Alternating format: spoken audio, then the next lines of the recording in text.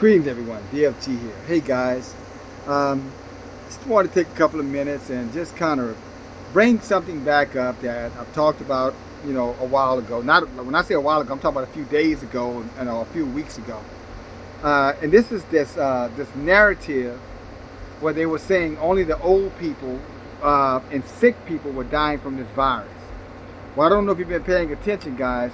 Now 40-something-year-olds are dying, 30-something-year-olds are dying. Even an infant has died from this virus. And that's what I had been saying all along, that the people who they were more or less attributing to this virus in terms of death were elderly people, because elderly people traditionally go to the hospital more frequently. That's just a natural procession of life.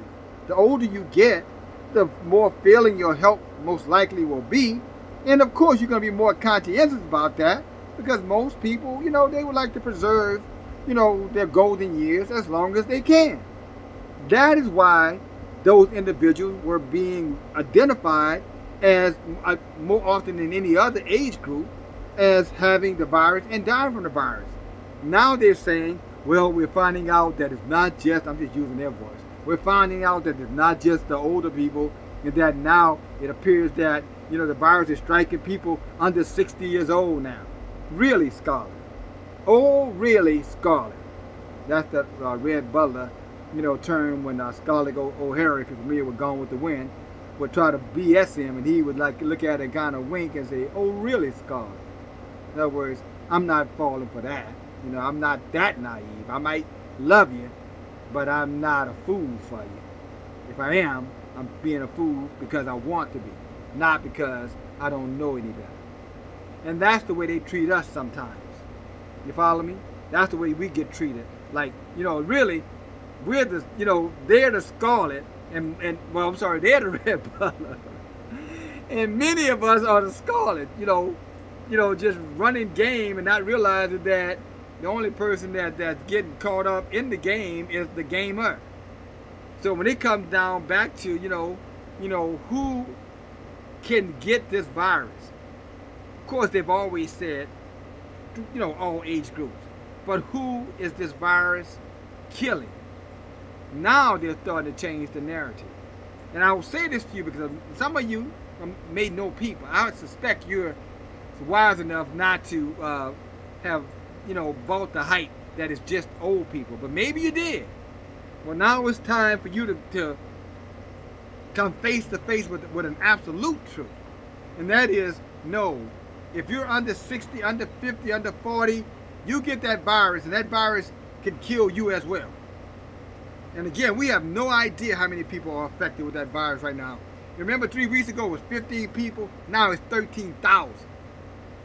In a place like New Orleans, I think the last count I heard was like 379 people had the virus, and like 130 of them, 379 people were detected. The 379 have the virus, and I think the tested number was like 670, something like that. Almost 1 out of 2 people had the virus. Now the death count is only 13 in the city of New Orleans, and that's from this past Sunday to today, which is Friday. 13 deaths. So I suspect over the weekend that number is going to increase, and over the next 2 or 3 weeks, months, it's probably going to fall into the tens of thousands, as it is in the nation, where it's going to probably end up in the tens of millions. So, they're asking people to, to take the necessary precautions, stay out of large groups, what I'm saying, sanitize yourself properly, bathe properly, do a good bath, a good shower every night, scrub yourself from head to the toes, scrub between your behind and your private areas, scrub everything. Wash your clothes every single day. Don't put on the same clothes every day. Some of us got a habit of we'll wear a pair of blue jeans 3 or 4 times before we wash them. Well, we can't be that way anymore. Excuse me. Wash your clothes daily. When you get home from work and you got the same clothes, you don't have a lot of money, wash those clothes. Take them off, wash them, hang them dry. If you have a dryer, put them in the dryer, and then put them back on. Keep those clothes, including underclothes, clean. Your bedding, keep that stuff clean. your counters, your dishes. Wash your dishes. Don't let it just sit around. Because you don't know how this virus or the bacteria from this virus may have fallen, may have, contaminated your house and your food product. Keep it refrigerated. Follow, airborne food poisoning guidelines. Things, don't cross-contaminate things. Don't do anything that could get you sick. I know some of the people down here, I see them grilling, and they're grilling chicken and ribs on the same grill side by side at the same time. Totally contaminated. You're never supposed to have chicken and pork, poultry and pork, cross-pollinating when you're preparing that. You're not even supposed to have it prepping in the same area. And I see them doing that. And then they wonder why they have high blood pressure, diabetes, heart disease. You know what I'm saying?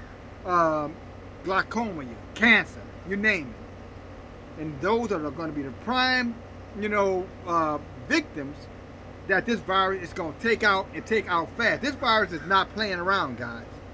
People are coming down sick with this illness, and in some cases are dead in 48, 72 hours. They went to the hospital on a Monday, and they're dead by Wednesday. It's that serious. And it's only going to get much, much worse. And if you don't practice good hygiene, some of the things that I've just mentioned to you, maybe some of the things you didn't even think about, now you know. Take those. That's what I do. Every day I'm taking off those, I'm washing, not putting on the same anything without a thorough washing and drying. You understand what I'm saying? I'm doing everything I can do. Again, not taking any chances. Using, even from a standpoint of how you brush your teeth, gargling, using Listerine, anything that's bacteria. And a lot of you guys can still get that stuff in the market if you go now. You can find Listerine and things like that. But pretty soon, those antiseptics and disinfectants are going to be gone, all of it. Because think about it, we're cleaning the outside, but we're forgetting about cleaning the inside. So things like Listerine and alcohol and alcohol rub, other kind of, internal things that'll purify and cleanse the inside of your body. Because that'll keep you healthy and keep your body strong to resist it. To resist, any kind of, bacteria or viruses that may want to attack you internally. Well, that's what this disease is doing. Unfortunately, we're not prepared externally, so it's easy. But if you're prepared externally and you're preparing internally, then think about the fight and chance you give yourself and your family, including your children. Make sure your children are gargling, with mouthwash daily. Not no bubblegum mouth. I'm talking about Listerine, something that's an antiseptic. Make sure you're giving them stuff that allow their food to digest and pass through their bodies. Don't give them food that's going to sit in their body 2 or 3 days like beef. Give them food that they can process, your body can process quickly, and then release that, through, not to sound gross, but through a bowel movement. You follow me? Give them lots of water so you're constantly flushing your system, flushing it. Stay away from soft drinks and, and other kind of flavored drinks and things of that nature.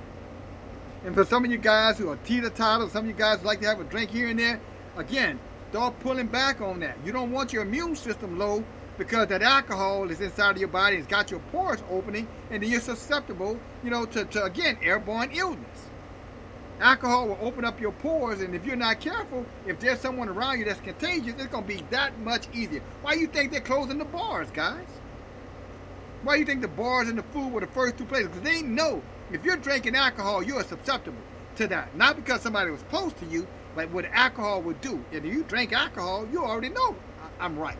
Because you can smell the alcohol. If someone is drinking alcohol, you can smell it coming out of their pores. So if you can smell it coming out of them, wouldn't that tell you that things outside would easily get back into them? Right? Logic. And again, these are things that all of us can practice, and things that maybe you have thought of, maybe you haven't thought of. But now it's time. If there was ever a time to practice excellent hygiene, this is that time. Okay? And then, last but not least, a lot of these cities are going to start quarantining. And if you haven't gotten the supplies, you're going to have a hard time getting out there. I know some of you say, well, they say you can go to the market and you can go to some. Yes, they can. But the question is, go to Walmart right now and see if you find toilet tissue on the counters or bleach or paper towels. Go see if it's there. If it's not there, then why are you going to the market? A lot of the things that I mentioned, guys, including laundry detergent. I don't hear anybody talking about that. You need to be buying laundry detergent, dishwashing detergent. You need to be buying that stuff. You're going to need that. You're going to need that as much as you're going to need tissue paper. Okay? So go get it before everybody else run and go get it. And then there's none left for you. All right, guys? All right. There you have it. You know, that's from Yahuwah to me, from me to you, and from you to whatever you do. Signing off, guys. Talk to you soon. DFG, get in flight. Right now. It's time.